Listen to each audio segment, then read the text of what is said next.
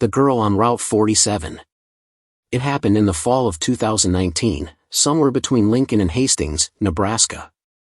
The air that night was freezing, and the highway looked endless, two pale lanes cutting through the darkness of the plains. I was hauling a refrigerated trailer full of frozen produce, heading west toward Denver. I'd been on the road for 16 hours straight, and the hum of the tires had blended into the same dull rhythm that always made me restless. There's something about driving through the heart of Nebraska at night, no cities, no lights, just wind howling across the empty fields. That's where this story began. And that's where I stopped believing that everything on the road is real. It was about 2:30 in the morning when I first saw her. At first, I thought it was an animal standing on the shoulder, something white, flickering in the beam of my headlights. But as I got closer, I saw it was a young woman. She couldn't have been more than 25. Long, dark hair. A white dress that fluttered in the wind. She wasn't waving or asking for help, she was just standing there, looking at the road. No car, no luggage, no shoes. I slowed down and rolled down the passenger window. "Hey! You okay?" I called out. She didn't move. Her face was pale, her eyes fixed on something far away. Against my better judgment, I pulled onto the shoulder, flicked on the hazards, and got out. The cold hit me like a wall. She turned her head slowly and said in a quiet voice, "Can you give me a ride home?" There was something off in her tone, polite, but empty, like someone speaking in a dream. Still, she looked fragile, barefoot on the gravel, so I nodded. "Sure. Get in." She climbed into the cab, sat on the edge of the seat, and clasped a small photograph in her hands. I noticed she wasn't shivering, even though it was barely above freezing. "Where do you live?" I asked as I got back behind the wheel. She hesitated, then whispered, "Old County Road. By the river." I'd never heard of that road, but I figured the GPS would find it. It didn't. When I typed the name in, no results came up, nothing even close. I glanced at her again. "You sure that's near here?" She nodded, staring straight ahead. "It's not far. Just keep driving." I drove. The miles stretched on. The darkness felt thicker now, not the usual quiet emptiness of night driving, but something heavier. My headlights seemed weaker, swallowed by the road. The woman hadn't said a word since. She just kept looking out the window, clutching that photo. After maybe 20 minutes, she spoke again. "You remind me of my dad," she said softly. I smiled uneasily. "Yeah? He a trucker too?" She didn't answer. I tried to glance at the photo she held. It was an old Polaroid, faded and creased. I caught a glimpse, her, smiling beside a man in a plaid jacket. The background looked familiar, a cornfield, maybe. But before I could ask, she slipped it into her lap and turned away. A few miles later, she said, "You can stop here." We were in the middle of nowhere, no lights, no houses, just the dark outline of trees. "Are you sure?" I asked. She nodded. "It's home." I pulled over slowly, waiting for her to say something else, but she didn't. She just opened the door, stepped out barefoot into the gravel, and said, "Thank you for the ride." Then she walked toward the trees. I watched her until she disappeared. I don't know why, but I sat there for a while, staring into the darkness where she'd gone. The GPS still said I was in the middle of Route 47, surrounded by farmland. No river nearby. No old county road. When I finally started driving again, I noticed something in the passenger seat. The photo. I swear I saw her take it with her, but there it was, lying face up. I kept it. Maybe I shouldn't have. The next morning, I stopped for breakfast at a small diner outside Grand Island. The waitress noticed the photo on my dashboard and froze. "Where did you get that?" she asked. I told her the story, about picking up a girl in a white dress, about Old County Road, about her leaving in the middle of nowhere. The waitress went pale. "Sir, that girl's name is Amy." She was hit by a semi out on Route 47, about 5 years ago. Died instantly. She was wearing her prom dress. The man in that photo was her dad. He still comes here every anniversary, puts flowers by the mile marker where it happened. I didn't know what to say. I asked where that mile marker was. She told me, only 3 miles from where I picked her up. I left the diner shaking. I drove to that spot just to see for myself. There was a small wooden cross by the road, half buried in weeds, with a few faded flowers tied to it. I parked the truck, got out, and set the photo down beside it. The wind was still. The fields were silent. And for a brief moment, I swear I heard her voice behind me, "Thank you for the ride." When I turned around, there was no one. I walked back to the cab and checked the seat. The photo was gone. That night, on the road back to Denver, I kept glancing at the passenger mirror. Every now and then, I thought I saw a white shape reflected in the darkness, keeping pace with me on the shoulder, never falling behind, never catching up. I told myself it was just my imagination. But 2 weeks later, I got a letter at the trucking depot addressed to me. No return name, just from Amy's father. Inside was the same Polaroid photo, cleaned and uncreased, with a note. She always loved truck drivers. She said one of them would take her home one day. Thank you for keeping your promise. The handwriting looked shaky, like that of an old man. I never drove Route 47 again.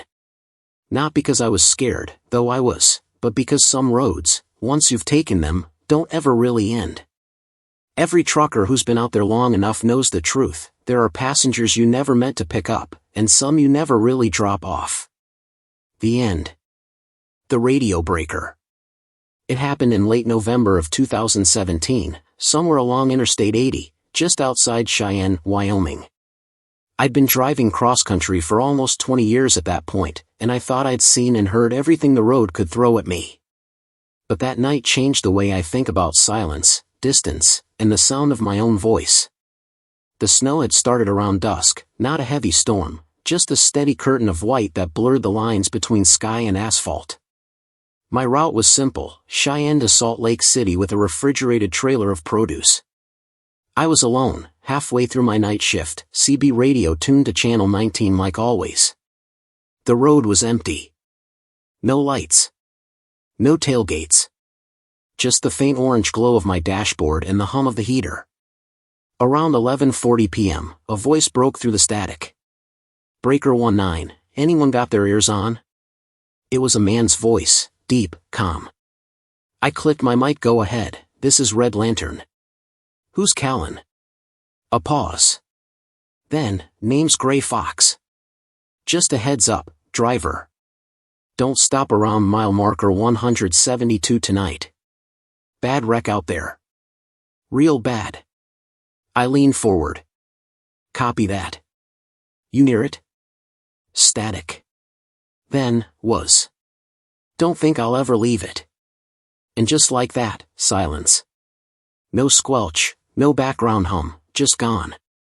I figured it was some joker playing around on an open channel. But something about that tone, flat, empty, like a man talking from far underground, stuck with me. 15 miles later I passed mile marker 172. The snow had thickened into white fog. I slowed down. Up ahead, I saw blinking lights, emergency strobes, I thought. Maybe that wreck was real. When I pulled closer, I realized there was no police cruiser, no ambulance, no vehicles at all. Just a flickering orange hazard light, half buried in snow, sitting in the middle of the lane. I eased onto the shoulder, engine idling, cab light on. The snow reflected the red of my taillights so brightly it felt like the whole world was bleeding. I picked up the mic again. Gray Fox, that you? You out here? Static. Then, faintly, told you not to stop, Red Lantern. I dropped the mic. My heart was pounding. The voice was clear, coming through my radio even though my squelch was turned almost all the way down. I looked at the channel display, 19, same as always. I shifted into gear and rolled past the blinking light.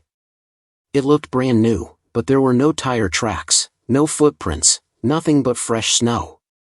I drove another 10 miles before the radio crackled again.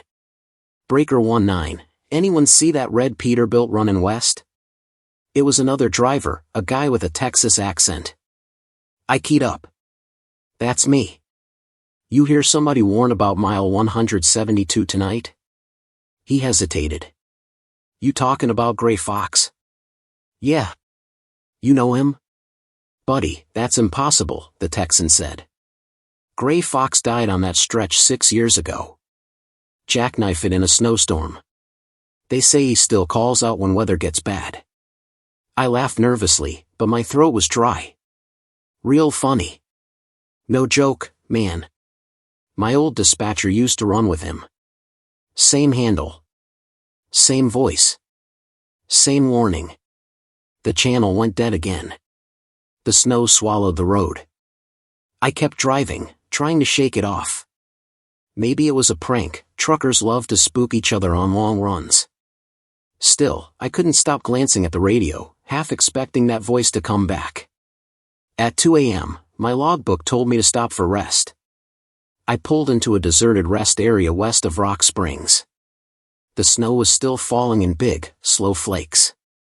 I shut down the engine and listened, nothing but whined against the mirrors. The CB hissed quietly, like someone breathing. Then the channel popped alive again. Red Lantern. You stopped, didn't you? I froze. My hand hovered over the mic. Who is this? I whispered.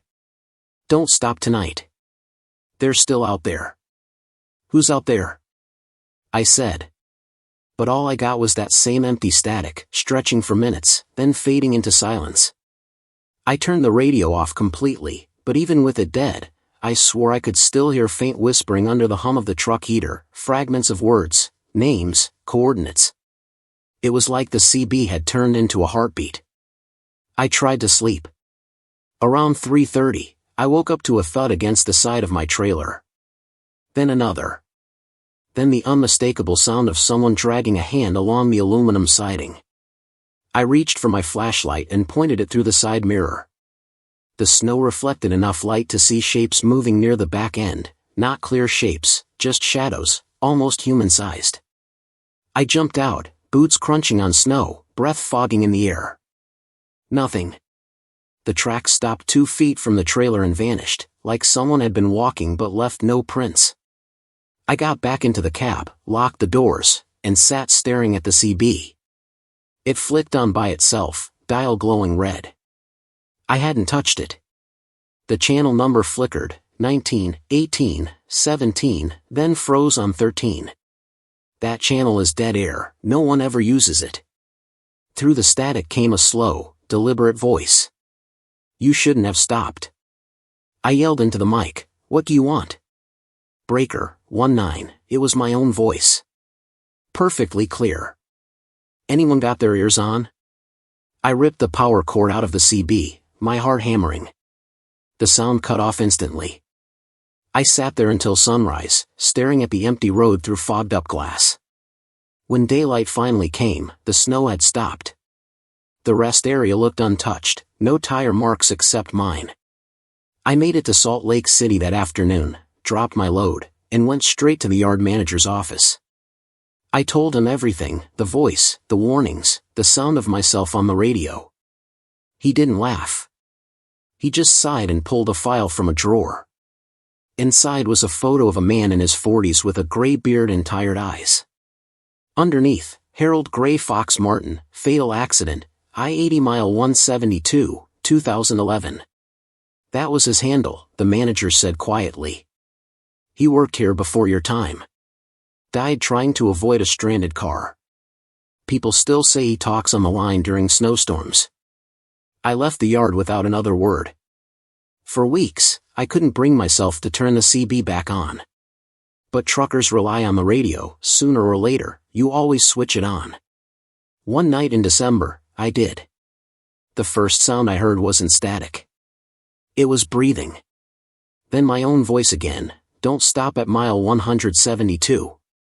Since then, every winter, when the snow starts to fall along I-80, Drivers say they hear the same warning, sometimes from Gray Fox, sometimes from a voice they recognize too well. A few even claim to have seen a lone hazard light blinking in the middle of the highway, no wires, no truck, just the flash, waiting for someone who won't listen. Last year, a rookie driver vanished out there after calling for help. The last transmission they recorded from his radio was the same as the first one I ever heard. Breaker 19, anyone got their ears on? The end. The motel sign. It happened in the summer of 2020, just off Highway 212 in eastern Montana, a long, lonely stretch of road that cuts through nothing but dry plains and old farmhouses. I was hauling a half-load of construction materials from Billings to Rapid City. It was supposed to be a simple overnight run, but that night turned into something I still can't explain, something that made me quit driving nights for good. It was late, around 1:15 in the morning. The sky was moonless, the kind of black that swallows everything. My fuel gauge was dropping faster than I expected, and there hadn't been a gas station for over 40 miles. The CB was dead silent. Even the radio had turned into static hours ago. When you're that far from civilization, you start to feel like you're the last person alive. I was watching the odometer tick when a flicker of red caught my eye in the distance. A neon sign, faint, but real. I leaned forward, squinting through the windshield. It was a motel. The letters were half burnt out, but I could still make them out through the haze. Sunset Motel, vacancy. It looked like something out of the 1970s, one-story building, old Coke machine out front, and a few broken lamps lining the parking lot. But right then, it felt like a blessing. I was dead tired and running low on fuel, so I pulled in. The air was warm and still. No wind, no sound, just the distant hum of insects. I parked the rig by the far end and walked to the office. The neon buzzed above me, flickering like it was struggling to stay alive. Through the window I could see an old man at the counter, wearing a flannel shirt and wire-rimmed glasses. He looked up as I stepped inside. "Evenin'," he said with a faint smile. His voice was gravelly, calm. "Long night?" "Yeah," I said, glancing around.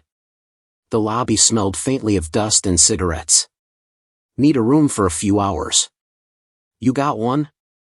He nodded and reached under the counter for a key, a real metal key, attached to a yellow plastic tag with the number 7 written in faded marker. "That one's clean," he said. $40 even." I handed him 2 20s, and he didn't even count them. "You're the first guest we've had in weeks," he said. "Most folks don't come through here anymore." I gave him a polite nod and took the key. "Guess I'm not most folks." He chuckled softly. "Room 7's all the way at the end.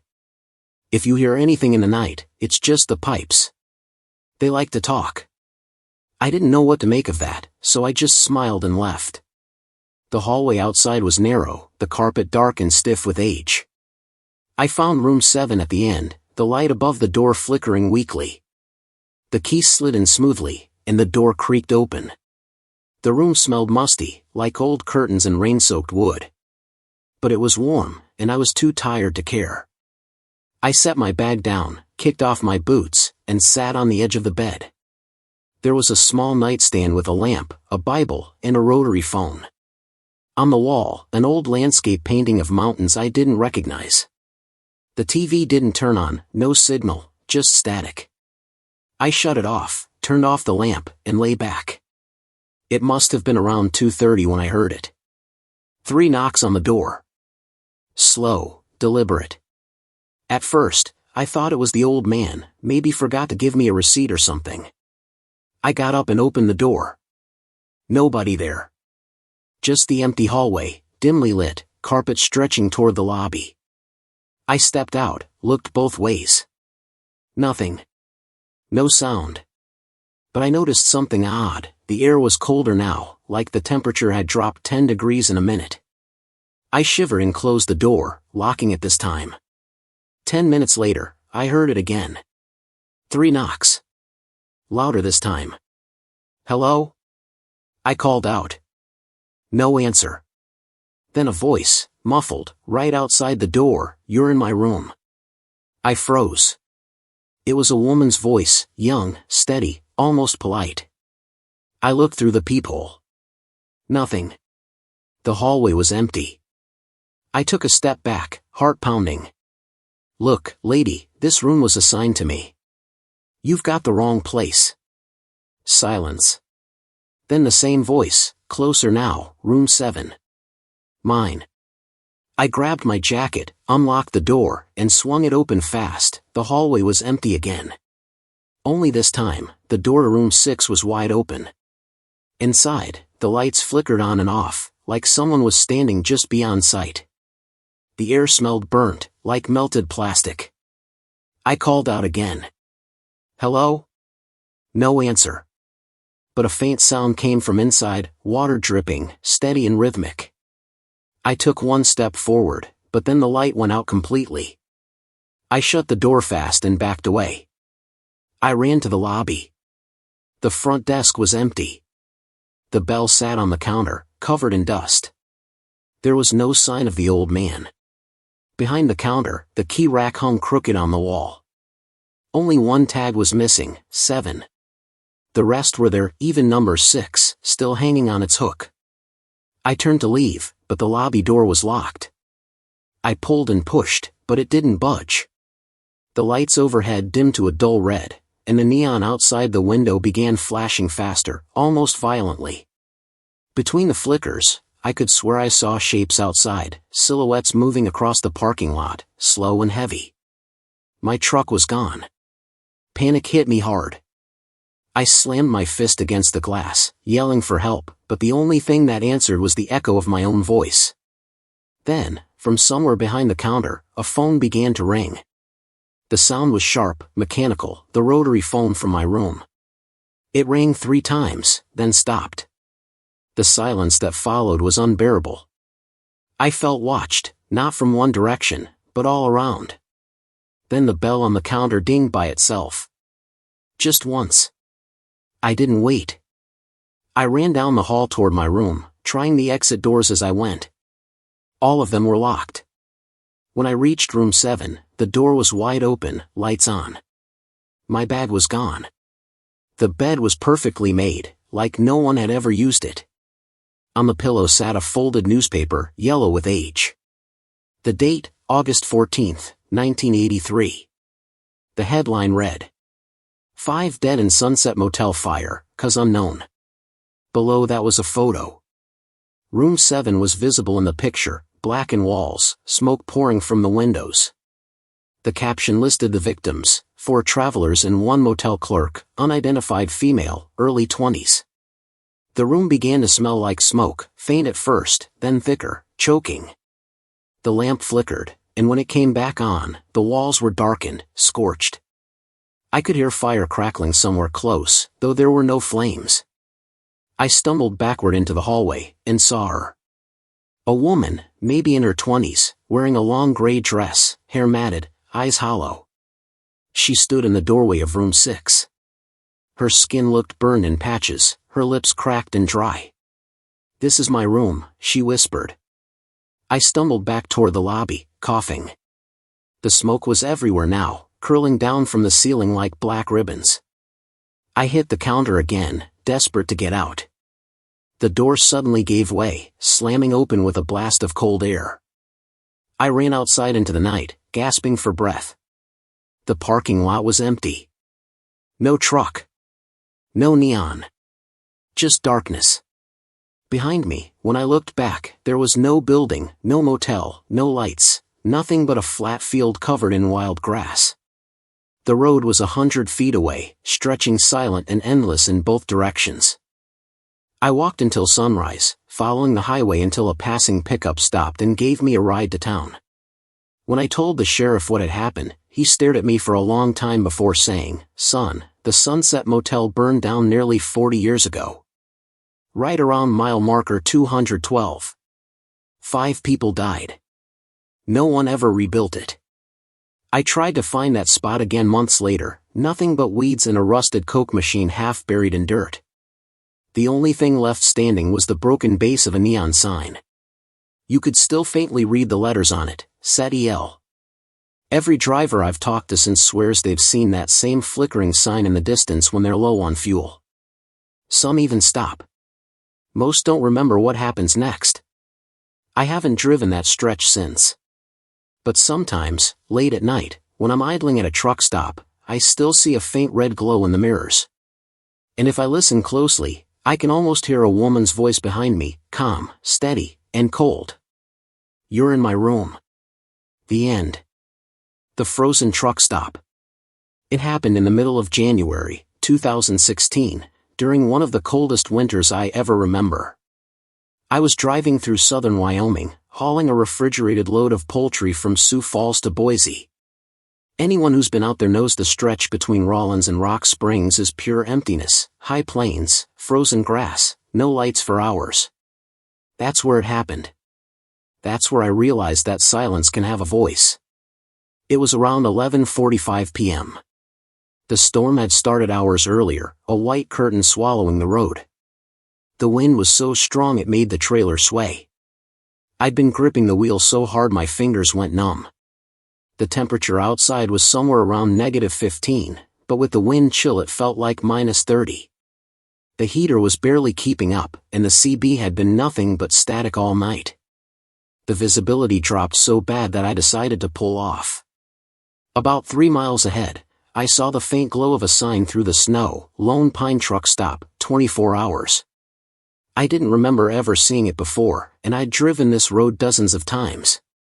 But when you're fighting exhaustion and frostbite, any light feels like salvation. The parking lot was buried in snow, but I could make out a few shapes, old trucks, maybe abandoned, all half buried under drifts. The gas pumps were dark, but the diner windows glowed a soft yellow. I parked, killed the engine, and sat for a moment listening to the wind scream against the cab. Then I pulled on my coat and stepped out. The cold hit me like a slap, sharp, instant, almost painful. There were no footprints in the snow, no sign of anyone coming or going. My boots crunched loudly in the silence as I crossed the lot. Inside the diner, the lights flickered, but the place looked clean, too clean. The counter was wiped down, napkin holders lined up perfectly, and an old radio on the shelf was playing faint music from the 1950s. A woman stood behind the counter, maybe in her 60s, with gray hair tied back in a bun. She wore a blue uniform and smiled as if she'd been waiting all night. "Cold one out there," she said. "Colder than hell," I replied, stamping snow off my boots. "You open all night?" "Always," she said. "Coffee?" I nodded and sat down at the counter. The mug she poured was steaming, but when I brought it to my lips, it tasted wrong, flat, like water that had been sitting for too long. Still, I drank it just to feel warm again. "You driving alone?" she asked, wiping the counter. "Yeah. Heading to Boise." She nodded slowly. "Storm like this, you shouldn't be out. Folks freeze to death quick around here." I tried to smile. "I'll make it through. Always do." She looked at me for a moment, then said softly, "You're lucky you stopped. Last week a driver didn't. They found him 3 days later, still sitting upright behind the wheel." I set the mug down. "That's supposed to be a joke?" Her eyes didn't move. "You'll see." Before I could ask what she meant, a loud knock echoed from the diner door. 3 slow, heavy hits. I turned. The snow outside was swirling so thick I couldn't see anything. The woman didn't flinch. She just said, "Don't open it."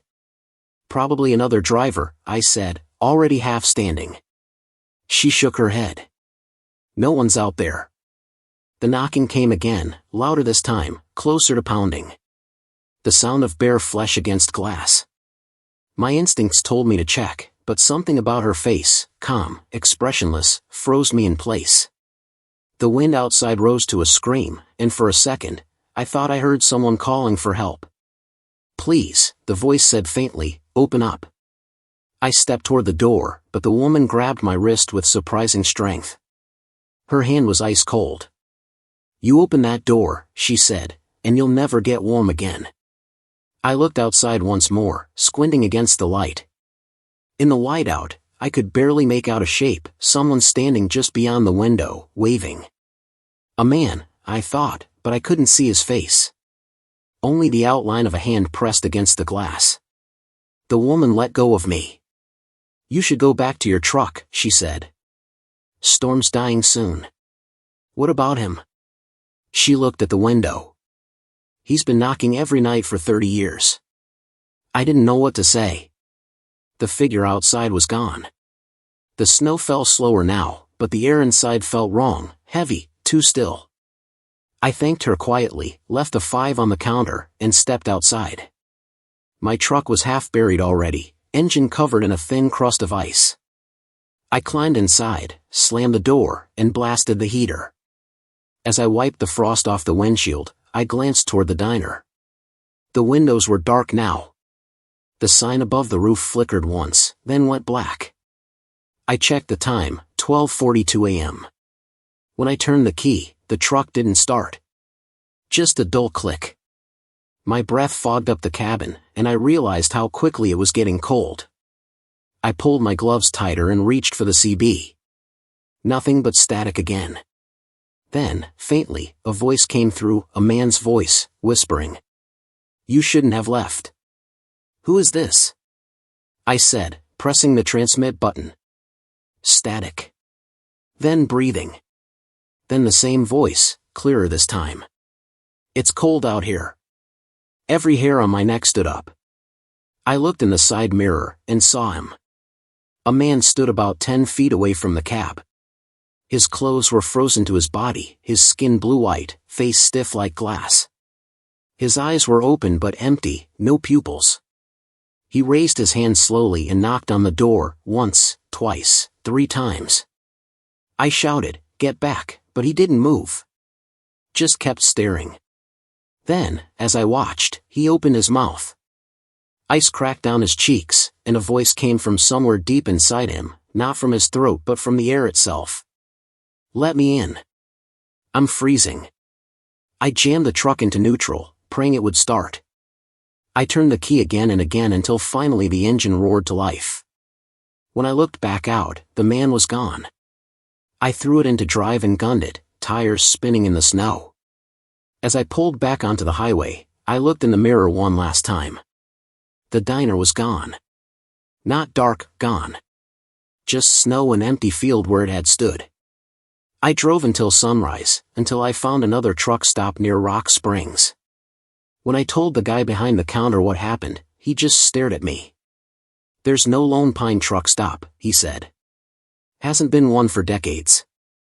Burned down in the 80s. A driver froze to death there after his truck broke down. Folks say in bad winters, you can still see the lights." I didn't believe him. Not then. But later, I checked old maps, nothing marked, nothing ever built there again. Just an empty milepost on the interstate. I tried to forget it. 2 winters later, I was hauling a load through the same stretch. Clear night, no snow. I told myself it was fine. But as I passed mile marker 241, I saw it again, faint lights on the horizon. The same red sign glowing through the darkness. Lone Pine truck stop, 24 hours. My radio crackled, and a voice said, "Coffee's still warm." I didn't stop. I pushed that pedal down until I hit 90. When I finally reached Rawlins, I parked behind a crowded pilot station and sat shaking behind the wheel for nearly an hour. Every winter since, I hear that same voice on the CB whenever a snowstorm hits, a woman's calm voice, saying, "Storm's bad tonight. Better pull in." I never respond. But one night, another driver did. They found his rig idling on the shoulder near mile 241. The cab door was open, coffee cup still steaming in the holder. He was sitting outside, frozen solid, eyes wide open, hand reaching toward the snow. The wind out there carries voices sometimes. They say if you listen close enough, you can still hear knocking, 3 times, followed by that same soft whisper. "Let me in." The end. The gas station attendant. It happened in late October of 2018, somewhere along Highway 93 between Ely, Nevada and Twin Falls, Idaho. Anyone who's driven that stretch knows it's a long, empty road that eats hours and fuel without warning. I'd been hauling a flatbed full of steel beams bound for a new construction site near Boise. The load was heavy, the night was colder than it should have been for fall, and I'd been awake for 20 hours straight. The GPS had stopped showing any gas stations for over 100 miles. I was running on fumes. That's when I saw the sign. It was old, one of those tall, flickering signs with peeling paint. Henderson's Gas and Market, open all night. The arrow pointed down a narrow dirt road that split off from the highway. I slowed down, looked at the gauge, then decided I didn't have a choice.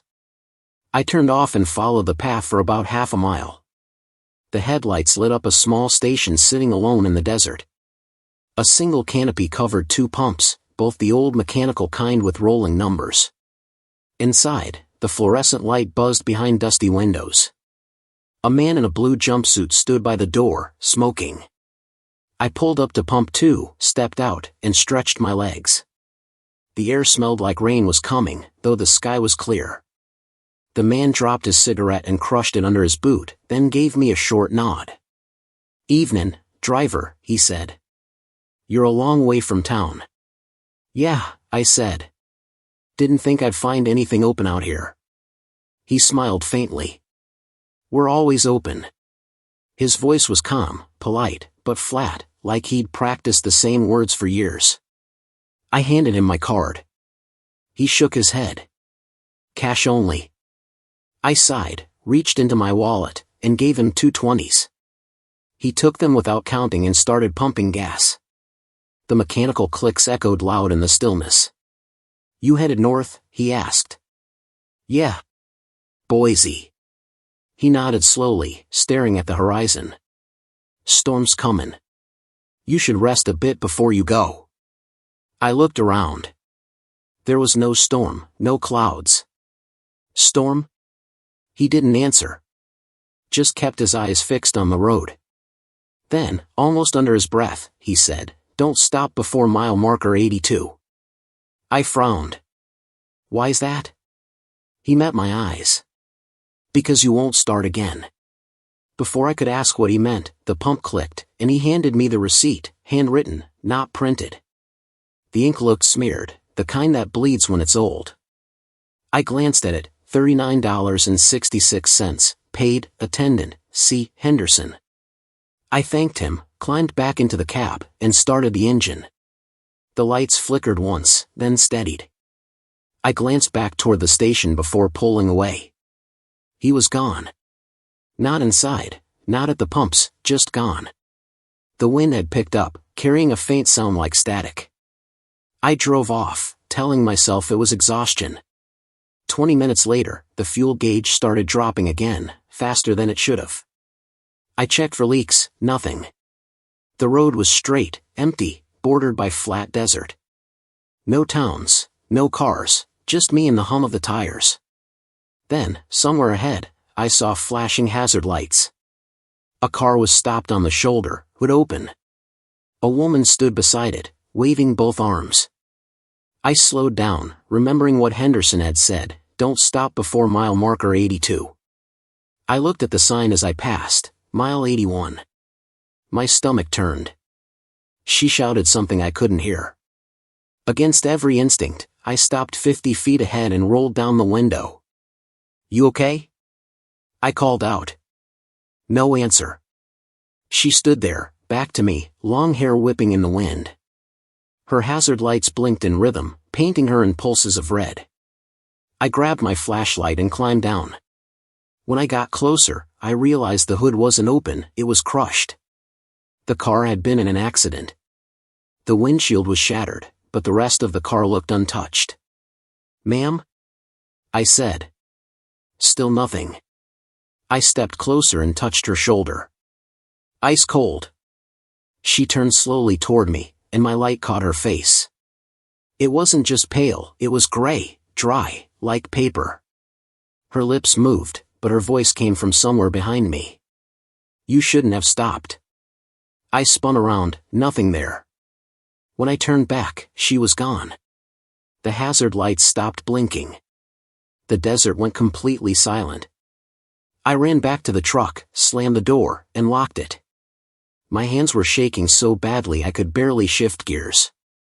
I looked in the mirror, the car was gone. The GPS flickered, then rebooted. The map showed no side roads, no service stations, just the straight line of Highway 93. The last thing listed in memory was a gas stop 15 miles south. Henderson's Gas and Market. I tapped the screen. Route not found. An hour later, I saw a police cruiser parked by the roadside. I slowed down, relieved to see another human being. The officer waved me over. He was older, probably in his 50s, wearing a heavy coat. I rolled the window down. "Everything all right, driver?" he asked. "Yeah," I said. "Just had a weird run-in back there. Gas station guy told me not to stop before 82. Then there was this woman." He raised a hand. "You said Henderson's Gas?" "Yeah." He sighed. "Son, that place burned down in 1989. Lightning strike. Killed the owner and a family that stopped there for gas. Charles Henderson. You sure that's where you fueled up?" I nodded, my mouth dry. "It was lit up. Pumps worked." He shook his head. "Ain't been power in that stretch for 30 years. He took my license, glanced over it, then looked back at me. "You look tired. Maybe pull over at the next rest stop." I wanted to argue, but I just nodded and drove on. The rest of the night, I kept watching the mirror. Every time I looked, I saw faint red lights behind me, 2 at first, then 3, then none. Like hazard flashers buried in the distance. By the time I reached Twin Falls, the tank was nearly empty again. I stopped at a modern truck stop, got out, and the attendant looked at me funny. "You sure you just filled up?" he asked. "Your tank's bone dry. Gauge says it hasn't been used in decades." I didn't answer. I just paid, fueled again, and walked into the diner next door for coffee. Inside, above the register, hung a framed newspaper clipping. The headline read, "Henderson's Gas Station Destroyed by Fire, 5 Dead." The photo showed the same canopy, the same pumps. I looked closer. On the far left side of the picture, barely visible, was a man in a blue jumpsuit, standing near the door, cigarette in hand. The caption under the photo read, "Owner Charles Henderson, pictured weeks before the accident." I left my coffee untouched. 2 days later, curiosity got the better of me.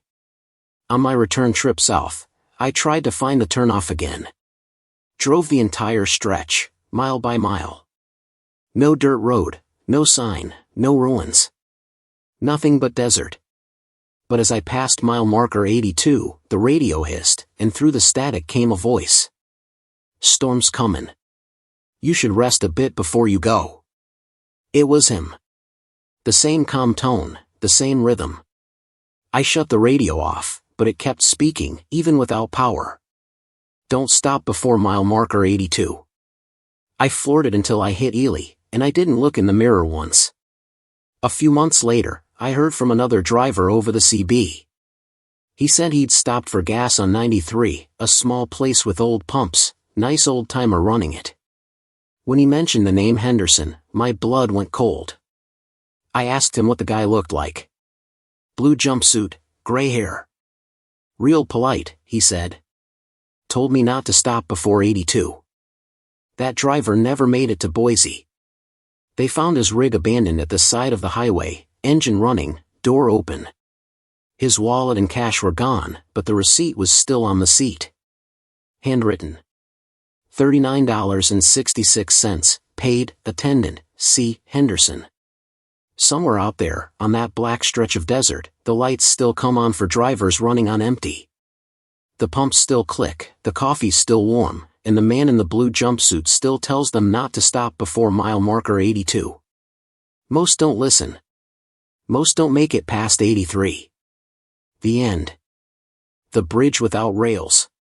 It happened in early March of 2014, on Highway 191 near the Utah-Wyoming border, a long stretch of two-lane road that cuts through canyons and open plains before crossing the Green River. That river crossing is where it all started.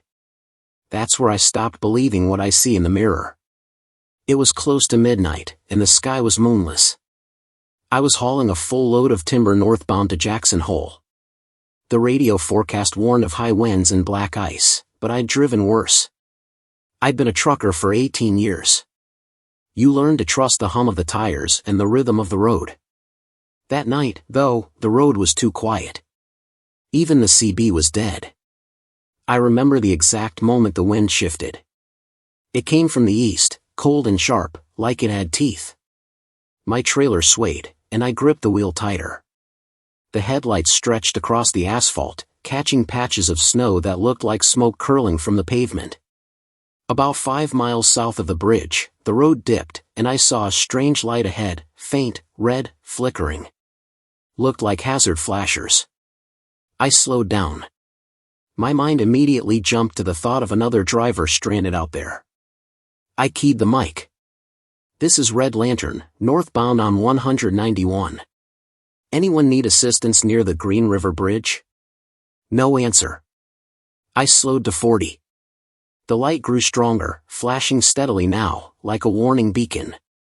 Then I saw it, an old Peterbilt jackknife it across the far lane, the trailer sideways, hazard lights pulsing through the snow. Steam or smoke drifted from beneath the hood. I pulled onto the shoulder, flicked on my hazards, and grabbed my flashlight. The air outside was freezing, sharp enough to burn my lungs. Snow whipped in circles under the bridge lights. The other truck's door was hanging open. Hello? I called out, walking closer. You all right? No answer. The license plate caught my beam for a second, Wyoming tag, letters and numbers caked in dirt. I moved around the cab, expecting to find someone slumped in the driver's seat. Instead, the cab was empty. The engine was still running, but the seat was covered in frost, like no one had touched it in hours. I turned back toward my rig, intending to call it in. That's when I noticed the footprints, a single set leading away from the cab, across the snow, straight toward the bridge. They were deep, evenly spaced, and then they just stopped halfway across, right before the railing. Except there was no railing. The bridge was old, maybe decommissioned years ago. The guardrails had rusted away, leaving nothing but open air over the frozen river. My flashlight beam caught glints of ice below, and something else. For a split second, I saw a shape under the ice. A dark outline the size of a truck cab. Then, from behind me, came a single, deafening blast of a truck horn. I jumped, spinning around. My own truck was dark, hazards off. The horn came again, long and low, echoing through the canyon. It was coming from the abandoned Peterbilt. I ran toward it, yelling, "Hey! Who's there?" The lights flared bright, blinding me. Then they went out. Everything went dark. The engine cut off mid-idle, and silence fell so thick I could hear my pulse. I stood there breathing hard, snowflakes melting on my face. Then a voice came through the wind, a man's voice, distant but clear. "Don't stop on the bridge." I turned my light toward the sound, but there was nothing there. Just the road, empty and endless. I backed toward my truck, scanning the shadows. The Peterbilt looked different now, older somehow, paint peeling, rust streaked down the side. The license plate was gone. The tires half flat. Like it had been sitting there for decades. I climbed into my cab, slammed the door, and locked it. My hands were shaking so badly I could barely get the heater running. I radioed dispatch, voice trembling. Got an abandoned rig near Green River Bridge, plate unreadable. Possible accident. No driver in sight. Static. Then a faint reply. Copy that, Red Lantern. But there's no bridge there anymore. Washed out in '89. I froze. Say again? Bridge collapsed years ago. You sure about that location? I looked out the windshield. The lights of the other truck flickered once, then vanished completely. The spot where the bridge had been was just an open expanse of white, the snow swirling over empty ground. I didn't answer dispatch. I just started driving. About 2 miles up the road, I noticed something in my mirror. Headlights, a pair of them, far behind me, weaving slowly side to side. I figured maybe another driver had come up behind me, but as I watched, the lights grew brighter, closer. I could make out the shape of a truck. Old model. Same as the one I'd just seen. Breaker 19, I said into the CB. Who's behind me northbound? Static. The headlights drew even closer, until they filled the mirror completely. I could see the grille now, a Peterbilt with a cracked headlight, one side dimmer than the other. I tried to speed up, but no matter how fast I went, the other truck stayed right behind me. Then its horn blared again, that same long, hollow note that vibrated through my chest. I swerved onto the shoulder, letting it pass. But it didn't pass. It vanished. The road behind me was empty. I stopped on the shoulder, breathing hard, heart hammering in my chest. I checked the mirror again. Nothing. Then, from the CB, a voice crackled through. You saw me. It was low, distant, and unmistakably human. Who is this? I said. Identify yourself. Silence. Then the same voice again. You shouldn't have stopped. The temperature gauge spiked. The engine light flickered. I could feel cold air seeping through the vents, even with the heater blasting. My breath turned to mist inside the cab. And in the mirror, faintly, I saw him, a figure sitting in the passenger seat of my truck, motionless. His face pale, eyes black. Ice clung to his beard. He stared straight ahead. I blinked, and he was gone. The engine coughed, sputtered, then died. I sat in the dark, the silence pressing against me. Then I heard it again, the horn, distant but rising, echoing through the canyons. I turned the key over and over until the engine finally roared back to life. I floored it and didn't slow down until I saw lights ahead. A rest stop. I pulled in, parked, and sat shaking for nearly an hour. The attendant came out eventually, an older guy with a parka and coffee. You look like you've seen a ghost, he said with a chuckle. Bridge, I muttered. By Green River. He frowned. You mean the old one? They rebuilt it years back, a few miles upstream. No one drives the original stretch anymore. Washed out long ago. Driver went off it back in the 80s, trucker named Cole Haggerty. Tried to beat a storm. Locals still talk about his rig showing up when weather turns bad. I didn't answer. I finished my coffee, climbed back into my truck, and tried to sleep. The next morning, I checked the map. My GPS history showed a stop logged at coordinates 41.3662, minus 109.4950, right where the original bridge had collapsed 30 years earlier. I drove there in daylight, just to see. There was no road, just a flat stretch of snow-covered field ending at the river. No sign of any wreck, no old bridge supports. But when I looked down at the ice, I saw deep tire tracks frozen beneath the surface, 2 straight lines leading into the water and disappearing beneath. That night, when I was back on the road, I flipped on the CB again. The channel was quiet for hours. Then, just before midnight, a single transmission came through. Breaker 19, anybody out there near Green River? I didn't answer. A pause. Then the voice again, older, hollow, and too familiar. Tell my wife I'm still driving. I turned off the radio and drove until sunrise. A few weeks later, I passed through the same area again. Calm weather this time. Clear skies. As I crossed the new bridge, my dash lights flickered, and the temperature gauge spiked just for a second. When I glanced at the passenger mirror, I saw him, a reflection of a truck running beside mine on the ice below. Same cracked headlight. Same license number as mine. I didn't look again. They say every driver who runs that stretch hears a horn in the wind when snow's on the ground, long, low, and lonely. They say if you stop to look back, you'll see your own rig sinking beneath the river, headlights still burning. Some roads forget. Others remember. The end. Mile marker 239. It happened in December of 2015, on Interstate 40 in northern Arizona, a quiet, open stretch between Holbrook and Flagstaff. I was running solo that winter, hauling a load of electronics from Oklahoma City to Los Angeles. It was the kind of night only truckers know, cold, dry, and endless, with the hum of the tires and the glow of the dashboard keeping you company. Somewhere past midnight, I saw something I'll never forget, a sight so ordinary at first that I almost passed it by, and so wrong afterward that I still dream about it. I'd just cleared Holbrook when I noticed the snow beginning to fall, light at first, drifting across the windshield like dust. My logbook said I'd been driving 12 hours straight, but I wasn't tired yet. I had a thermos of coffee, the CB was quiet, and the highway stretched clean and black ahead.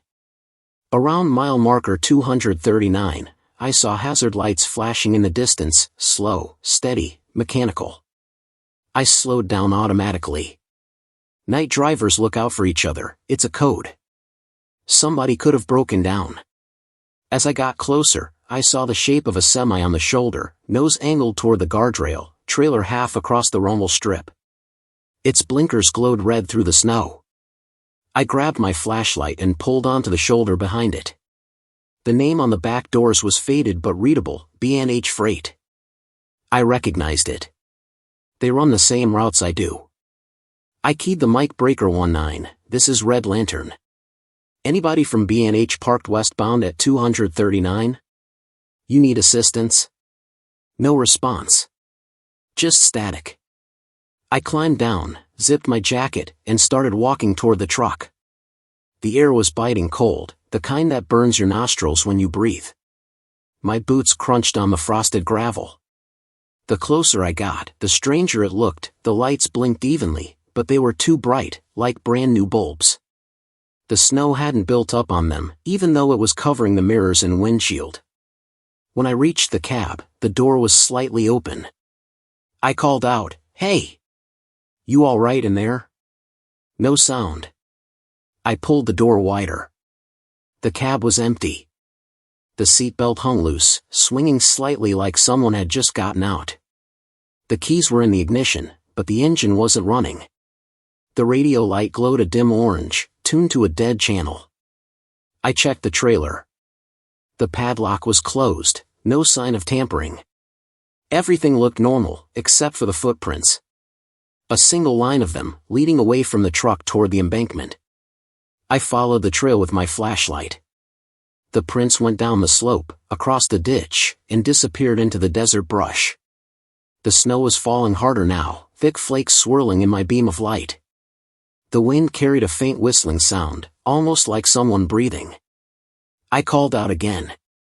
"Driver! You out here?" Nothing. Only wind and snow. I climbed back up to the road, ready to radio it in. That's when the hazard lights stopped blinking. They froze mid-flash, just steady red now. The kind of light that makes everything else look washed out and dead. Then the CB came alive with a sudden burst of static. A man's voice cut through, quiet but urgent. "Red Lantern, don't touch the truck." I froze. "Who is this?" "Don't touch it," the voice repeated, louder. Then silence. I stepped back slowly, looking around. The highway was empty. No other vehicles, no distant headlights. I climbed into my own rig, locked the doors, and called dispatch. I gave them the exact location, the company name on the trailer, and the fact that the cab was empty. "Copy," my dispatcher said. "We'll report it."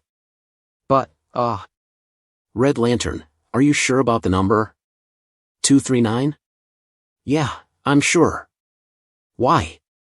He paused. "Because there's already a report from that location tonight. Same company. Same description. They towed that truck this afternoon." I stared at the hazard lights. They were still glowing red, steady and bright. "That's impossible," I said. But when I looked again, the truck was gone. Not drove off, gone. No tracks, no engine noise, no trailer marks in the snow. Just an empty shoulder and the echo of my own breathing.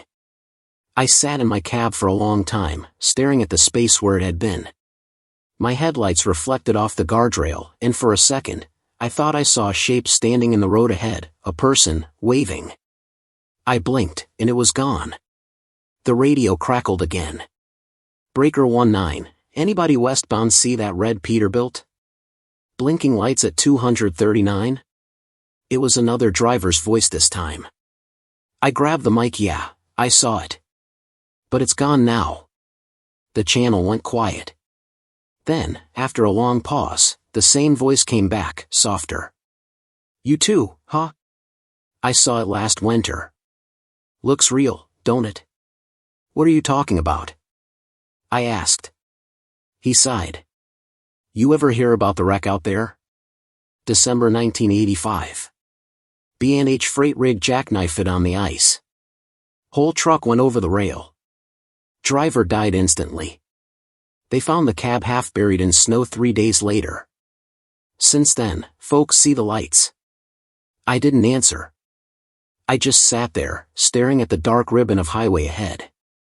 When I finally got moving again, I drove slower, keeping my eyes fixed on the mile markers. 240 came and went. Then 241. I exhaled, relieved, until I checked the clock. I'd been driving 20 minutes since I passed 239, but my odometer said I'd only gone half a mile. The road ahead was looping. Every few minutes, I passed the same marker again. 239, same patch of guardrail, same shape of snowdrift. My GPS froze. The screen said, recalculating route. Not possible, I whispered. Then, from the CB, that same voice again, not the other driver, but the first one. The one that had warned me. You shouldn't have stayed. I slammed the radio off, gripped the wheel, and pressed the pedal to the floor. The truck roared forward. The snow cleared suddenly, like driving through a curtain. The road opened, and just like that, it was gone. No more hazard lights, no looping markers. The GPS beeped back to life, showing my position 10 miles past the last known stop. I didn't stop until I reached a crowded truck plaza outside Flagstaff. I pulled in, shaking. The clerk there, a young guy with a beard, noticed. You all right, man? Yeah, I said. Saw a wreck out there. Mile 239. Empty truck. He frowned. That stretch again? Happens every winter. Folks call it the phantom rig. My uncle saw it once. Said he left his jacket on the seat when he went to check. Next morning, found it back in his cab, folded. I didn't tell him mine was missing. The next morning, when the snow melted, I walked around my truck. On the passenger side door, drawn through the frost, were 3 words written by a bare finger. Still out here. I wiped them away and never drove that route at night again. But other drivers talk. They say the same thing, a lone B&H freight rig parked by the shoulder, hazards flashing slow and steady. Some swear they see a man standing beside it, waving for help. Others say if you stop and leave anything behind, a glove, a jacket, a photo, it'll be waiting for you in your cab the next morning. A year later, a rookie driver named Pete went missing on that same stretch. His last transmission was short. Breaker 19. I stopped to help at 239. No one here. They found his truck 2 days later, engine idling, doors open, lights still flashing red. No tracks in the snow. His dispatcher said he'd been running for B&H Freight. The company went out of business in 1986. The dispatch call. It happened in September of 2017, on a run from Denver to Billings, a long, empty route through the high plains of Wyoming. I'd been driving for mountain range freight for nearly 6 years, and that night, I was hauling medical supplies through the Red Desert. It's one of those places where the sky feels too big and the land too empty, where every shadow looks like something waiting. The night started normal, radio chatter, clear weather, and ended with a call that should never have come through. It was about 2 o'clock in the morning. The road was quiet, no lights ahead or behind, just the thin white line of highway stretching out forever. The stars were bright, the air sharp. My dispatcher, Al, had checked in earlier to confirm my route. "Smooth run," he'd said. "No construction, no weather warnings. Just you and the road, buddy." He was wrong. About 30 miles north of Rawlins, my CB flickered. Static at first, then a faint buzz-like feedback. I turned the volume down, thinking it was interference from a nearby power line, but there were no lines out there, nothing for miles. Then the dispatch channel lit up. "Driver 461, you copy?" I grabbed the mic. "Copy, go ahead." The voice that answered wasn't Al's. It was slower, quieter, but familiar somehow. "New route assignment for you, 461. Deliver to Outpost 23. Coordinates incoming." I frowned. "Outpost 23? Never heard of it." "Say again?" The CB crackled, and then the voice repeated, "Outpost 23. Coordinates, 41.3902 by -107.7891. Immediate delivery." I wrote the numbers down, thinking maybe it was a new drop point. But something felt off.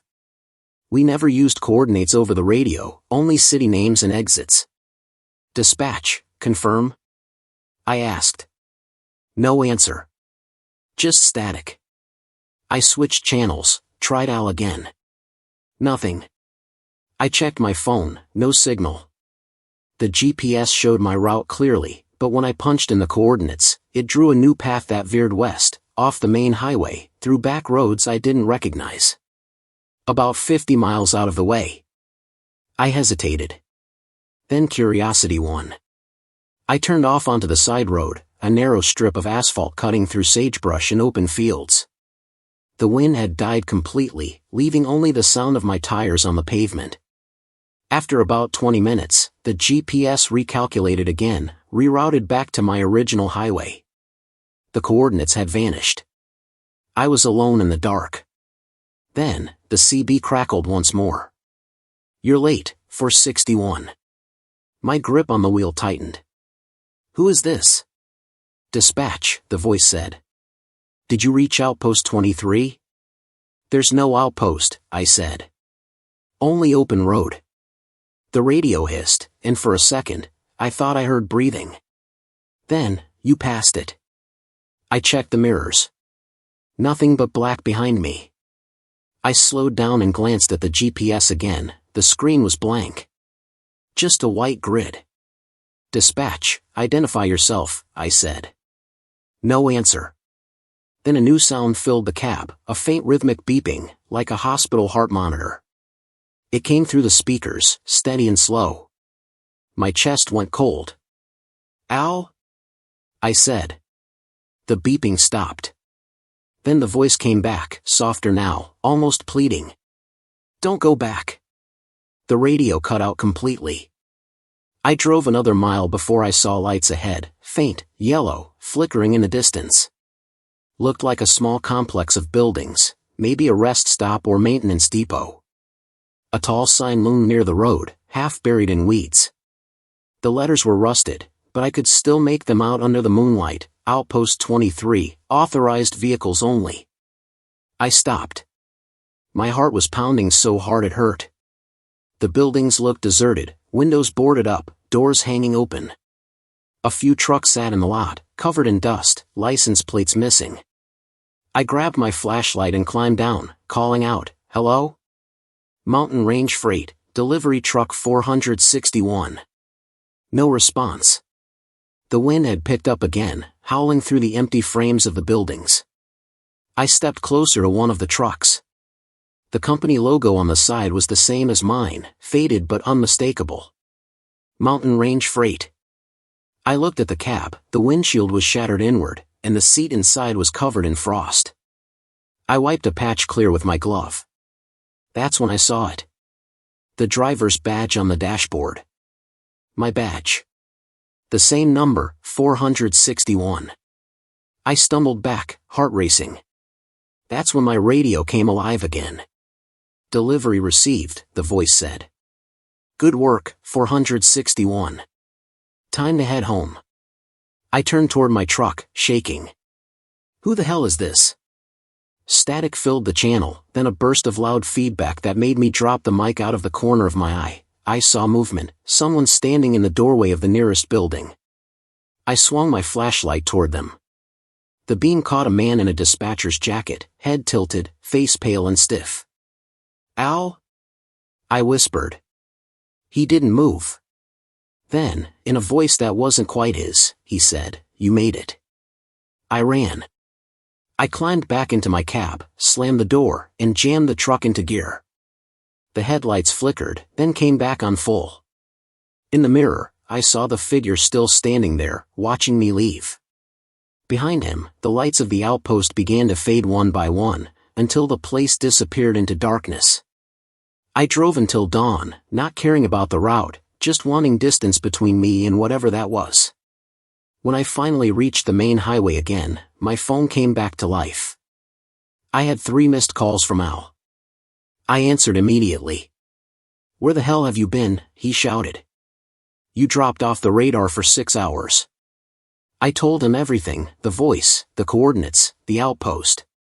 He went quiet for a long time. Then he said, "Listen carefully. There's no Outpost 23.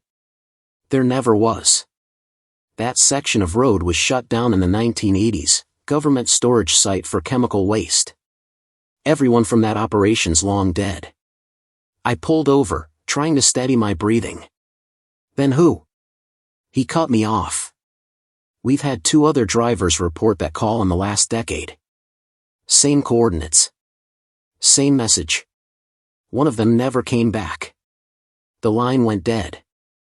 I sat there for what felt like an hour, the engine idling, trying to convince myself I was awake. The sun rose over the hills, turning the desert gold. I looked down at my radio. The display still read CH, dispatch, active. Except my CB had been off the whole time. A few days later, I checked my trip logs. The hours between 2 o'clock and 8 a.m. were blank. The GPS data stopped just before the turnoff to that road. My truck's black box registered 0 miles traveled for that stretch, as if I'd never left the highway. A month after that, I got a package in the mail from Mountain Range headquarters. No return name. Inside was a sealed envelope with my truck number written on it, 461. I opened it. Inside was a printed dispatch order. Route, Denver Billings Outpost 23. Date, September 17, 1987. Driver, Carl Henderson. I didn't know the name, but when I looked up the accident reports later, I found it, a Mountain Range freight driver killed in a chemical spill 30 years ago. His badge number was 461. I quit the company a week later. Since then, every time I turn on my CB during a long run, I hear faint static on an unused channel. Sometimes, buried in the noise, there's a voice. Calm. Familiar. Dryer 461, you copy? I never answer anymore. But I know what happens if you do. Because out there, somewhere past Rawlins, there's still an outpost that calls for deliveries that were supposed to end 30 years ago. And whoever answers doesn't. The inn. The last rest area. It happened in November of 2019, somewhere along Interstate 84 in eastern Oregon, between Baker City and Ontario. I had been on the road for 16 hours, hauling a load of medical equipment to Boise. The weather was clear but cold, the kind of chill that turns every breath into smoke. It was around 2 a.m. when I decided to pull over at a small rest area I'd passed many times before. It was quiet, remote, and usually empty, just a couple of picnic tables, a few vending machines, and a bathroom built out of concrete blocks. I thought I'd get a few hours of sleep before sunrise. But I didn't sleep. That night, I learned that some rest stops never close, even when they should. The parking lot was lit by 2 yellow floodlights, one of which flickered constantly, giving everything a pulsing shadow. I pulled into the far corner, away from the highway. There were only two other vehicles, an old white sedan and what looked like a small SUV. Both were covered in frost. No one inside.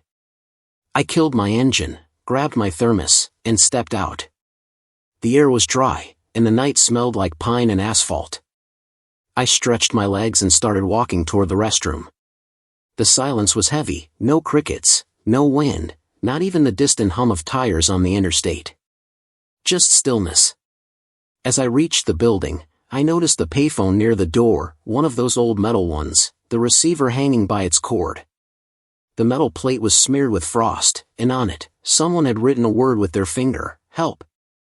I told myself it was just some kid's prank and went inside.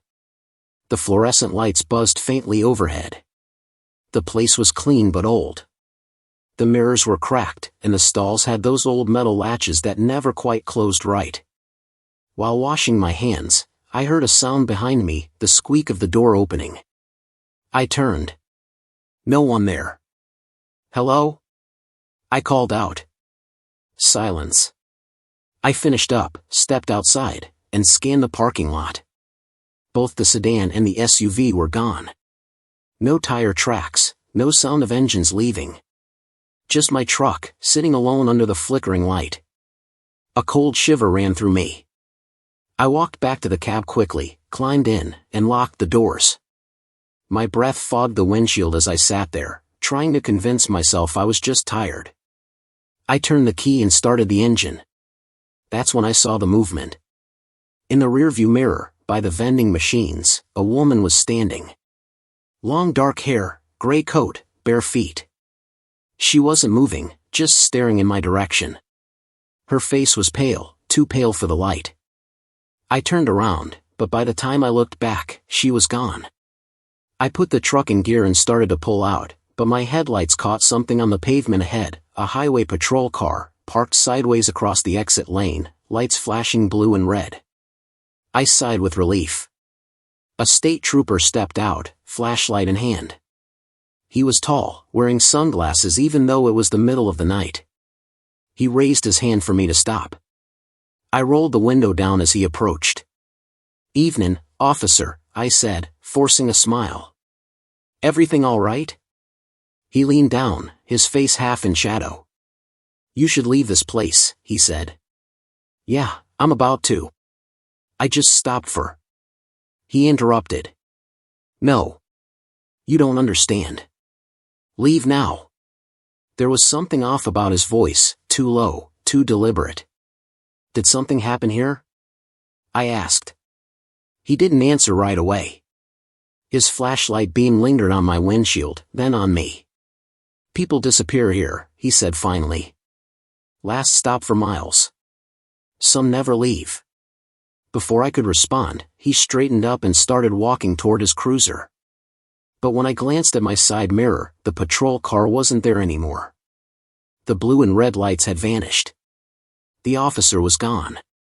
The only light left was from that flickering floodlight by the restroom. I felt every hair on my arms stand up. I threw the truck into gear and pulled onto the highway, tires spitting gravel. As I merged onto the empty road, I glanced in the mirror one last time. The rest area was dark now, completely dark. 10 miles later, my CB came to life. "Breaker 19, any drivers out near rest area 47, a voice asked. I hesitated, then pressed the mic. "Yeah, I just left it." "Why?" Static. Then another voice came through, a woman's voice. "Come. Don't stop there."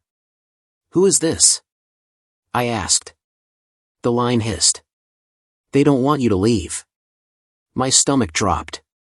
"What do you mean they?" No reply. The radio clicked off on its own. I drove until dawn, not daring to pull over again. When the sun finally rose, I stopped at a crowded truck plaza outside Boise. I walked inside to grab coffee. The cashier, an older guy with a name tag that said Rick, noticed my expression. "You look like you've seen a ghost," he joked. "Maybe I did," I said. "That rest stop back there, the one with the yellow lights, what's the deal with it?" His smile faded. You mean the one before the bridge? That place hasn't been open in years. No, I was just there, I said. 2 cars, vending machines, even a trooper stopped me. He shook his head. Buddy, that rest area closed in 2003. Gas leak. Whole family died there one night, carbon monoxide. They tore it down a year later. Nothing left but the slab. I didn't say anything. I just paid and left. A few nights later, curiosity got the better of me. I checked Google Maps, zoomed in on the stretch between Baker City and Ontario. Sure enough, there was nothing marked, no rest area, no buildings, just an empty patch of dirt. But when I turned on Street View, the image froze. I hit refresh. The screen blinked, and for a split second, it showed the rest area, clear as day. My truck parked in the corner. A woman in a gray coat standing by the vending machines. I slammed the laptop shut. A week later, while hauling another load through the same route, I saw flashing hazard lights up ahead. I slowed down, thinking there'd been an accident. But as I got closer, my heart stopped. It was the same rest area. Same yellow lights. Same concrete bathroom. And standing near the phone was that same woman, barefoot, staring right at me. I didn't stop. I hit the gas and kept going. About 30 minutes later, the dispatcher called. You anywhere near rest area 47? He asked. I hesitated. Yeah. Why? Highway patrol's there now. They found an abandoned rig. Keys in the ignition, doors locked from the inside. You might know the guy, name's Tom Fisher. I went cold. That's impossible, I said. Tom's my friend. He left Boise yesterday. He's heading east, not west. He never made it past the rest area, the dispatcher said. I hung up and drove the rest of the way without another word. That night, in my motel room, I couldn't sleep. I kept thinking about the officer who told me to leave, the one who vanished before my eyes. I turned on the TV for noise. The local news was on, showing footage from the highway. A reporter stood in front of the same rest area, police cars flashing behind her. Authorities are investigating the discovery of a truck driver found deceased inside his cab early this morning, she said. The man was identified as Thomas Fisher, 42, of Spokane. This marks the 3rd death reported at this location since 2003. Officials remind motorists that the rest area remains permanently closed. Behind her, I saw it, just for a second. A shadow in the doorway of the restroom, tall and still. Watching. I turned the TV off. Since then, I don't stop at small rest areas. Ever. If I'm tired, I pull over at truck stops, no matter how far the next one is. But sometimes, when I drive that stretch at night, I still see those flickering yellow lights through the trees. And every now and then, the CB comes alive, even when it's turned off. Driver, you should leave this place. Then silence. I haven't been back since. But I know one thing, that rest area is still there. Maybe not for everyone. Maybe only for those too tired to tell the difference between a break and a trap. The end. The shadow in the mirror. It happened in April of 2021, on the outskirts of Albuquerque, New Mexico. I was hauling a refrigerated load of produce from Phoenix to Denver, an overnight run I'd done a dozen times before. The route was familiar, the kind of drive that lulls you into thinking you've seen it all. That night proved me wrong. It was the first time I realized something can follow you even when there's no one behind you. I'd been on the road since late afternoon. The sky was clear, the desert glowing gold under the setting sun. By midnight, I'd already crossed into New Mexico and decided to stop at a 24-hour truck wash I'd seen advertised along the interstate. The place looked newer than most, bright white floodlights, clean signage, and a gravel lot big enough for 10 rigs. The sign said High Desert Truck Wash, open all night. I pulled in, parked near the bay, and stepped out to stretch. A young guy in overalls came out from the office, smiling like he was half asleep. You're my last one tonight, he said. Won't take long. Perfect, I said. Been eating bugs on my windshield since Arizona. He chuckled and waved me toward the bay. Leave it running. I'll spray her down. I climbed back into the cab, letting the heater run while he started the wash. The water jets hissed against the sides, streaks of soap sliding down the mirrors. I pulled out my logbook, scribbling notes, half listening to the rhythmic sound of the pressure hose. It was almost peaceful until the noise stopped. I waited a few seconds. Nothing. The silence pressed against the cab like a weight. I leaned out the window. Hey! You done? No answer. The lot lights flickered once, twice, then went steady again. I climbed down and walked toward the bay.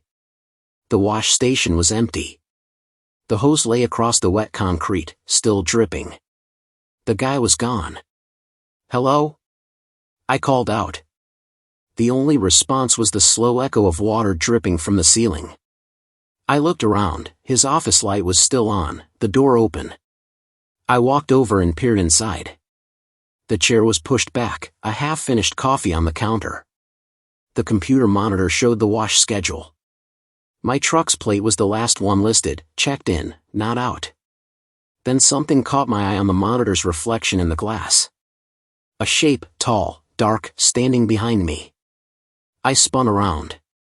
No one there. The air felt colder suddenly, though the heaters in the bay were still running. My breath fogged in front of me. I went back to the truck, uneasy. The wash had stopped mid-cycle, so I figured I'd finish the job in the morning. I climbed into the cab and wiped the condensation from the windshield. That's when I saw it. In the side mirror, someone standing about 20 feet behind my trailer. A man. Perfectly still. I leaned out the window. Hey! I shouted. No response. The figure didn't move. I flicked on my reverse lights, flooding the area in white. Empty. When I looked back in the mirror, the man was gone. I sat there, engine idling, heart pounding. Finally, I shifted into gear and rolled out of the lot, telling myself exhaustion was playing tricks on me. But a few miles down the highway, I noticed it again. In the passenger side mirror, under the reflection of my own headlights, a faint shape. The outline of a man sitting in the jump seat. I glanced over. The seat was empty. My throat went dry. I adjusted the mirror. The shape moved with it. I turned the cab lights on, checked again. Nothing. But when I turned them off, there it was. A faint human shadow in the glass, like someone behind me in the reflection only. I drove another 50 miles, trying to ignore it. Every time I looked in the side mirror, the outline was still there, unmoving, watching. When I passed through Moriarty, I pulled into a rest stop just to calm my nerves. The lot was empty except for one other rig idling by the entrance. I parked, killed the engine, and climbed out. The night was dead silent. I walked around the truck with my flashlight, checking the mirrors, the trailer, the cab. Everything looked normal. But when I circled back to the driver's side, I froze. On the door, drawn through the thin layer of dust, were 3 words. I ride too. My skin crawled. I rubbed it off fast and climbed back inside. I started the engine and flicked on every light in the cab. The CB radio crackled for a second, just static. Then a voice came through, faint, distorted. Red Lantern. I froze. That was my handle. Who is this? I said into the mic. Static. Then, check your mirror. I didn't want to, but I did. There he was. Not just a shadow this time, a man's reflection, sitting in the passenger seat. Face pale, eyes dark like smoke. He was looking straight at me through the glass. I turned my head fast. The seat was empty. When I looked back at the mirror, he was smiling. I slammed the truck into gear and peeled out of the rest area, my tires spitting gravel. The mirror fogged over as if something inside the glass was breathing. I wiped it with my sleeve. The shape was gone. For the rest of the drive, I refused to look at the mirrors. I kept my eyes locked on the road ahead until I reached Denver just after sunrise. I parked in the depot lot, shaking so bad I dropped my keys. The morning light made everything feel normal again, until I saw the reflection in the depot office window. He was standing behind me. I turned around, ready to swing, but there was no one there. Just the smell of soap and diesel in the air. The office manager, Jeff, came out, holding a clipboard. "You okay?" he asked. "You look like hell." "Long night," I said. He laughed. "You stop at High Desert Wash last night?" I stared at him. "Yeah." "Why?" He nodded slowly. "Place has been shut down since February. Guy who ran it, kid named Aaron, died in an electrical fire out in the wash bay. They said he was working the night shift alone. Whole system shorted out." I didn't answer. He went on. "Funny thing, couple of our drivers swear they still see the lights on there sometimes. One even said he got a wash last month. Paid cash, never saw the kid again." I left without a word. That night, when I checked my truck before heading home, I noticed something. In the passenger mirror, faint but visible, was a handprint, 5 long fingers, streaked downward, like someone pressed against the glass from the inside. I wiped it off with my rag, but when I stepped back, it was still there, clearer now. The next morning, dispatch called me into the yard manager's office. "We had a complaint from another driver," he said. "You tailgating him near Moriarty last night?" "No," I said. "Why?" He turned his monitor toward me. It showed dashcam footage from another truck, a reflection in his side mirror. My rig behind him. But in the mirror's corner, sitting in my passenger seat, was a man. They paused the footage. I stared at it. Pale face. Black eyes. Slight grin. "I was alone," I said quietly. No one believed me, of course. I had the mirrors replaced a week later. Brand new chrome, spotless. But on my first run afterward, the right one started fogging again. Just once. Then I saw it, faint outline, sitting in the seat, turned toward me. I pulled over and ripped the mirror clean off the door, threw it into a ditch, and kept driving. Now, every few weeks, a new driver mentions the same thing. There's a shadow that follows your truck, they say. Shows up in your mirrors after dark. I tell them not to look too long, not to focus on it. Because once you see it clearly, it starts to see you too. The end. The truck that followed me home. It happened in July of 2020, on Interstate 10 just outside of El Paso, Texas.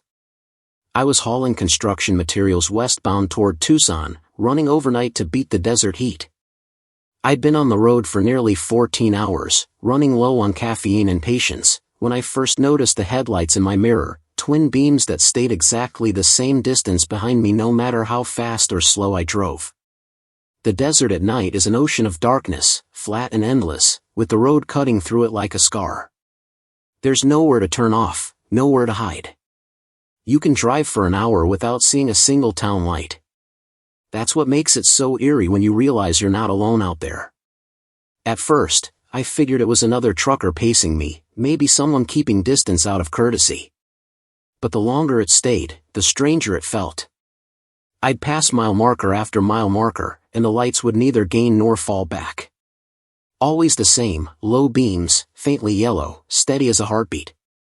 After 30 miles of that, I keyed the mic breaker 19, this is Red Lantern westbound past El Paso. Anyone running a black rig behind me? No response.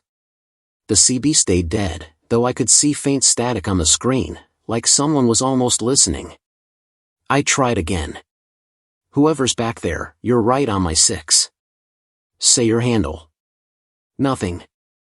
The wind picked up, carrying sand across the asphalt, and the horizon disappeared into darkness. I slowed from 70 to 60. The lights matched me. I sped up. They stayed the same distance behind. I flicked my high beams twice, the universal trucker signal. The lights behind me flicked twice in response. Relief washed through me for half a second, until I realized I hadn't seen the glare reflect off a chrome grille or a hood. Just lights. Floating. At the next rest exit, a single-lane turnoff with a couple of sodium lamps and a vending machine, I pulled over. The other truck pulled in right after me, slowing to a crawl. I rolled down my window, expecting to hear the engine, the hiss of air brakes. There was nothing. Only silence and the hum of my idling diesel. I waited. The lights stopped about 50 yards back, aimed right at my mirrors. The glare filled the cab like white fog. I leaned out and shouted, "You okay back there?" No answer. I stepped down, grabbed my flashlight, and walked toward it. The gravel crunched beneath my boots. My breath hung in the warm air. "Hey!" I called again. "Need a hand?" Still nothing. When I got close enough to see the outline, I froze. There was no truck. No cab. No trailer. Just the two headlights hovering about 3 feet above the ground, burning silently in the dark. I stumbled backward, light shaking in my hand. My heart was pounding so loud I could barely hear. The beams flickered once, then winked out completely, leaving me blind in the black. I sprinted back to my truck, jumped inside, and locked the doors. My hands were trembling as I started the engine and peeled out of the rest area, gravel spraying behind me. For the next hour, I didn't look in the mirrors. I just drove. But around mile marker 112, I couldn't resist. I glanced at the side mirror, and there they were again. The same lights, same distance. Following. I turned the radio up, blasted static through the CB, anything to drown out the rising panic. But when I looked again, something had changed. The lights were closer now, maybe 20 yards back. Close enough that I could see a faint silhouette between them. A cab. Black, glossy, with no visible markings. I grabbed the mic again. "Breaker 19, anyone else see a black rig westbound on I-10, no plates?" Static answered. Then a voice. "Keep driving." It wasn't my dispatcher. It wasn't a voice I recognized. It sounded deep, hollow, like it was coming through water. "Who is this?" I said. "Don't stop," the voice said. "Not until you pass Las Cruces." Then the radio went dead again. By the time I hit the outskirts of Las Cruces, the lights were gone. No sign of the truck. I figured maybe I'd hallucinated it, long hours, desert heat, exhaustion. I pulled into a crowded pilot station, fueled up, and took a 30-minute nap in the cab. When I woke up, the world was normal again. Morning light washed over the parking lot. Truckers coming and going. I felt stupid for getting so scared. Until I checked my mirrors. In the bright daylight, clear as anything, there were 2 faint handprints smeared across the glass on the outside, one on each mirror. Greasy, human-sized, like someone had been gripping the edges, peering in. I wiped them off, convinced it was dirt from the wash bay the night before. But no matter how much cleaner I sprayed, they came back. Always faint, always the same shape. I drove on to Tucson and delivered my load without saying a word. That night, heading back east empty, I stopped at a diner in Deming. Another driver sat 2 stools down, sipping black coffee. He looked rough, tired, pale, maybe in his 50s. When I mentioned I'd seen a strange truck following me, he looked up fast. "Black rig?" "No plates?" he asked. I nodded. "Yeah." He stared into his cup. "You saw it too." "What is it?" I asked. He didn't answer for a long time. Then he said quietly, "You ever hear about the crash on I-10 back in 2001? Couple of truckers went missing during a sandstorm. They found one of the rigs burned out, the other never turned up. Word is, the one that vanished still runs that stretch, looking for the guy who left him behind." I laughed it off, but he didn't smile. "Next time you see it," he said, "don't slow down. Don't signal. Just keep your eyes on the road.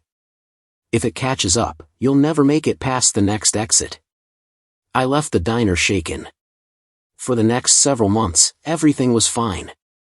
No lights. No weird interference on the radio. I even started to believe I'd imagined the whole thing.